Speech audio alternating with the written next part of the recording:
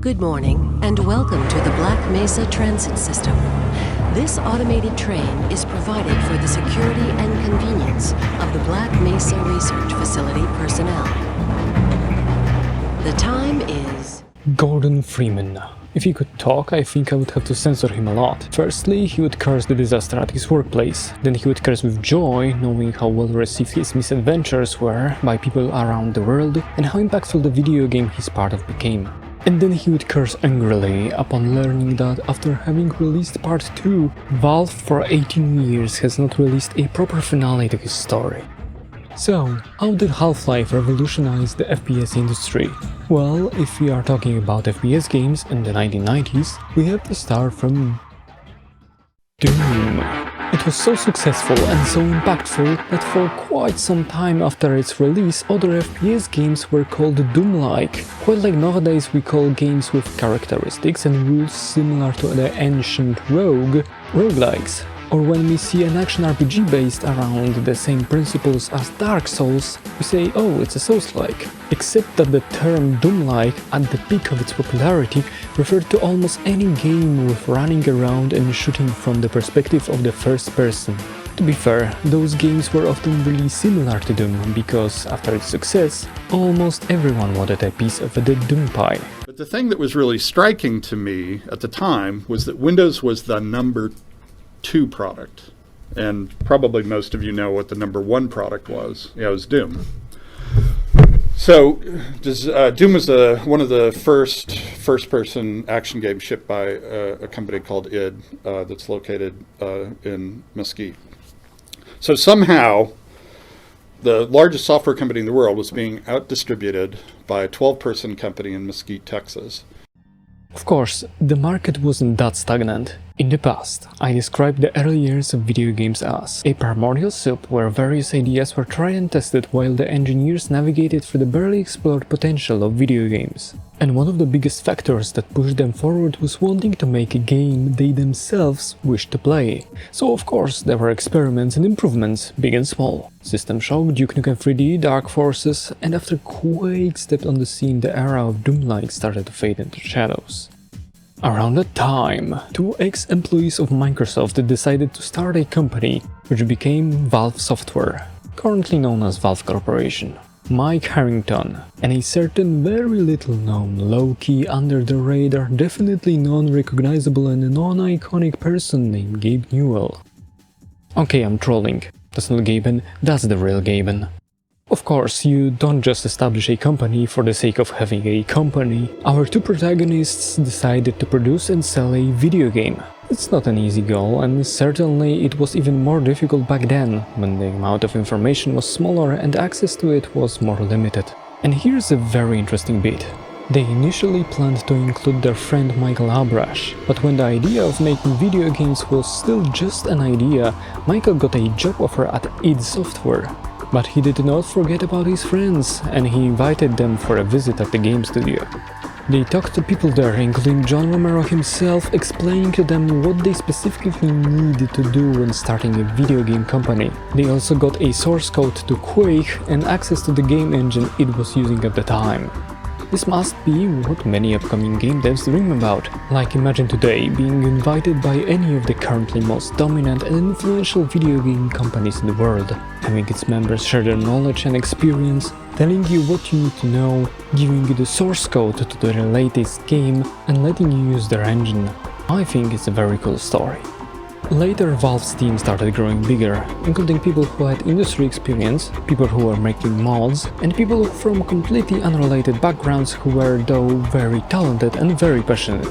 The ideas were evolving, the game started making shape, Quake engine was modified further and further until it became Gold Source, and the whole process culminated in absolute crunching. People were absolutely overworking themselves to finally deliver the game. The team managed to deliver a fully finished and functioning game. But remember that wherever you see, especially in modern times, a video game which was released in a somewhat poor and unfinished state, like with Cyberpunk 2077 for example, it's most probably not the fault of the people directly working on the game. They don't set the deadlines, they are crunching at work and then dealing with responsibilities at home. They get very little sleep, but they often get so much hate. I recommend you to watch the entire documentary about the first Half-Life made by Valve, if you haven't seen it yet. It's very interesting and insightful. So, why was Half-Life so special? Before I explain it, I want to say, for the sake of completeness, that some of the things I will mention do also appear in the game Unreal, which was released in the same year as Half-Life. It wasn't as successful as Valve's debut production, but it's still worthy of a mention. In typical first-person shooters of that time, you jump into the action very quickly. The time from starting the game to killing your first opponents is incredibly short. The game focuses almost purely on the action of running around with a gun, and things like story are only added to give you some context for why you are running with said gun and shooting things, oftentimes in the form of either a wall of text displayed in the game or a wall of text inside of an instruction manual or a similar document. Half-Life does things differently. It starts slowly with its famous train scene, where Gordon Freeman commutes to work, then he normally starts his day at the Black Mesa complex, going from room to room, meeting his coworkers. The game allows you to interact with the world and, let's be honest, be a little annoying to other people. Ah, hello, Gordon Freeman. It's good to see you. Get away from there, Freeman. I'm expecting an important message.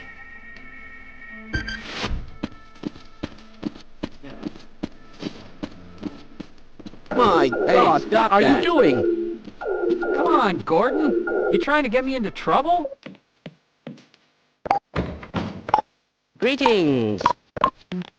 My God, what are you doing?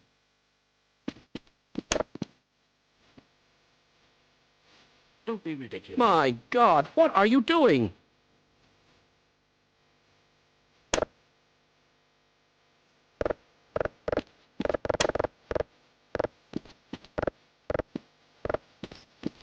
Hello.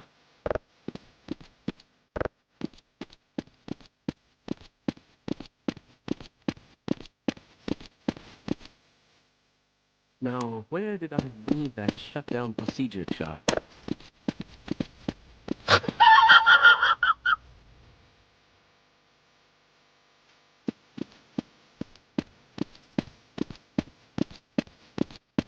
Are you 100% sure that there is... To be fair, later in the game the whole interactivity is mainly reduced to purely practical objects, which are tied to progressing through the levels. After that unusually long first time introduction, a catastrophe finally occurs, and we finally have an excuse to pick up a weapon. And then a weapon that actually shoots.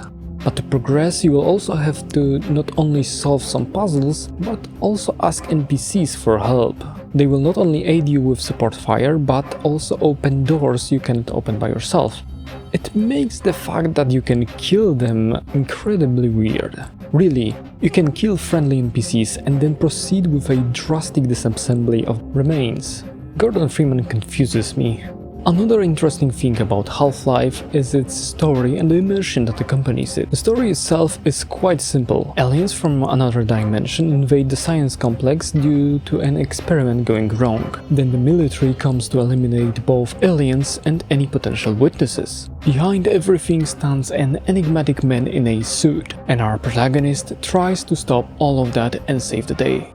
But how the whole experience is delivered, that's what matters here. From the immersive intro, which starts like a normal day at work, with us being able to talk to coworkers, hear them having conversations between themselves, interact with some things and get ready for the job, to the infamous incident in which we directly participate in the failed experiment. Anytime something breaks, anytime we suddenly fall or crash into something, is during a scripted real-time action scene. This is something very obvious now, but it wasn't really obvious in 1998.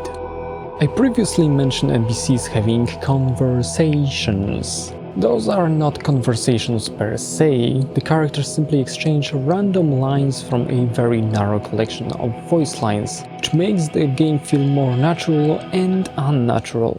Hello, Gordon Freeman. It's good to see you. I am rather looking forward to this analysis, aren't you? You are completely wrong.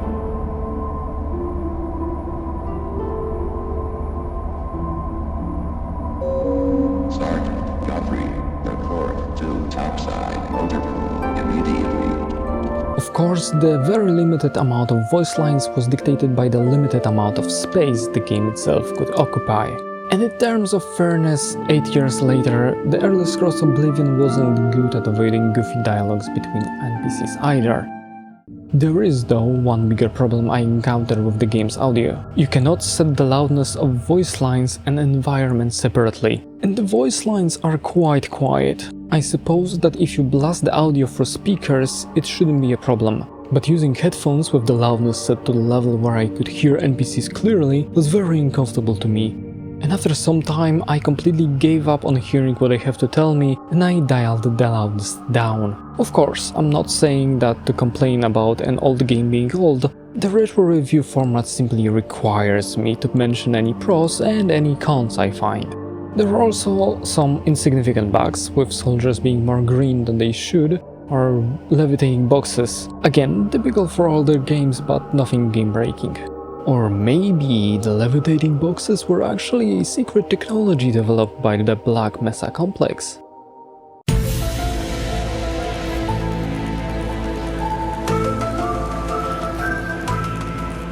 Oh, and the G-Man not moving anywhere. Okay, take this! Now take this! This will finally move you.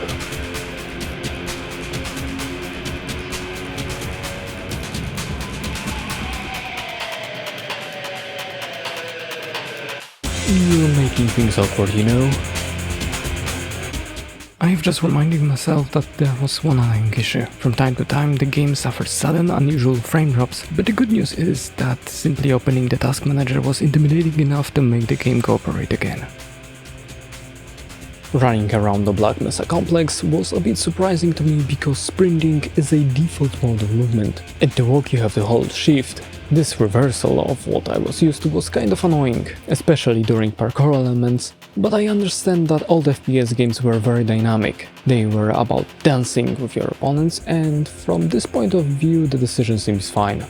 What was far less fine with me was Gordon's adhesion to the ground, or lack thereof to be precise. Gordon Freeman wears a special protective suit capable of dealing with heat, cold, chemicals, radiation, electrocution, and yet his boot soles seem to be made out of wet soap bars. Gordon Freeman, a one-man army, bane of aliens, humanity's biggest hope, slipped and fell. If Valve ever plans to make Half-Life on ice, it will be the only live action we will ever need. Of course, on solid, stable ground there are no issues with the movement. It's rapid, responsive and suitable for fast-paced combat. I have also seen that veteran players don't have any problems with platforming, so maybe it's just a case of practice and getting used to the game's physics. Monster Invasion reminded me of Doom, and was to some extent inspired by Stephen King's Myst, but the design of monsters is completely original, and is properly, off-puttingly, alien. In fact, Half-Life sometimes turns into a bit of horror. Aliens here look scary, like a disgusting plague from outer space, which they are. The headcrabs constantly attacking your face, the zombies which are product of a headcrab successfully landing on a person's face, repulsive hound eyes on bull squids, the tentacle, and whatever dwells in outer space.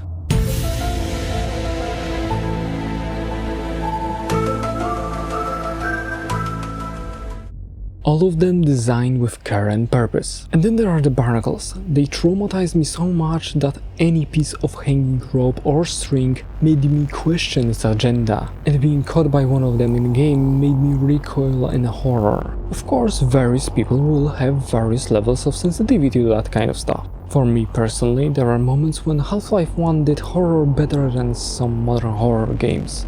When it comes to enemies, we will also face humans like grunts and extremely fast and agile assassins, and machines piloted by humans like tanks and helicopters. Soldiers are a bit problematic. While alien attacks can be dodged, soldiers use hit-scan weapons while not featuring any stagger mechanic. It means that until their health drops to zero, they will continue emptying their magazines on you as if nothing happened, even though you have shot them.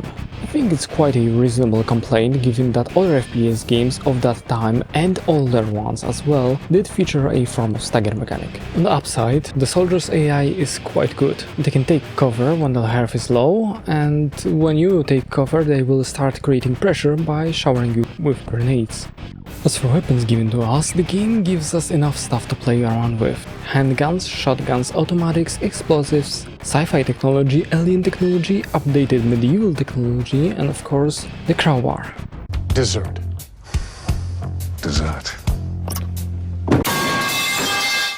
Health of course doesn't regenerate when you hide in the corner and suck your thumb. You will have to look for a first aid kit. You will also have to recharge your lambda suit so that it will continue to suit you well. Although the game is linear, levels often have a semi-open structure with different paths and somewhat a sort of maze-like structure, which makes the whole experience of pushing forward through the game more interesting. I forgot to mention that Half-Life is set in a location that actually resembles a large scientific complex rather than being just a bunch of levels stuck together. Half-Life also comes equipped with a demo version called Uplink, which consists of early cut content and a standalone tutorial mode, which at first looks like just a couple of lessons for people who never played a first-person shooter in their life, but it also explains this game's specific mechanics, so it's worth giving it a shot. The difficulty levels are old school, with easy being appropriately challenging for newcomers, normal being a big step up from easy, and hard being dedicated to absolute enthusiasts. What really comes in handy is the ability to save the game whenever you want. And that's all about Half-Life 1 itself. But not about the topic of Half-Life 1. Now we will shift our focus temporarily from Valve to Gearbox Software, which was responsible for ports and DLCs. The PC version received 2 DLCs, Opposing Force and Blue Shift. Each of them focused on the perspective of different protagonists. Blue Shift also came with a high-definition pack, which featured new textures and sounds for the base game and both DLCs. Gearbox Software also made a PlayStation 2 port, which used the high-definition pack and more detailed models, and interestingly featured support for mouse and keyboard. PS2 also received a DLC DK, focused on cooperation. Half-Life, being an instant hit, has attracted a lot of attention from the modding community, resulting in many successful mods, especially Team Fortress and Counter-Strike. In my personal opinion, the topics of ports, DLCs and mods deserve their own videos. Half-Life is one of the most important video games of all time. Its influence and iconic status are undeniable. It gathered a large, dedicated audience. 10 years after its release, it set a Guinness World Record as the best-selling FPS game of all time. Although not flawless, this game is still absolutely playable and most importantly enjoyable to this day. Thank you for watching. Oof, the video about Half-Life is finally finished. Time to focus on the next game. Wait, where did the lights go? I see darkness. Darkness I see. Get him!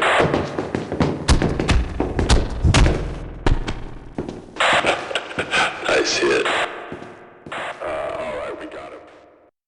Where are we taking this Freeman guy? Topside for questioning. What the hell for? We got him. Let's kill him now. And if they find the body? Body? What body?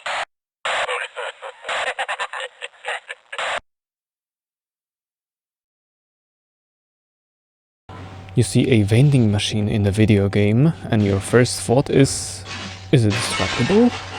Yes, it is. So funny. But don't think you're safe. Because vending machines can fight back.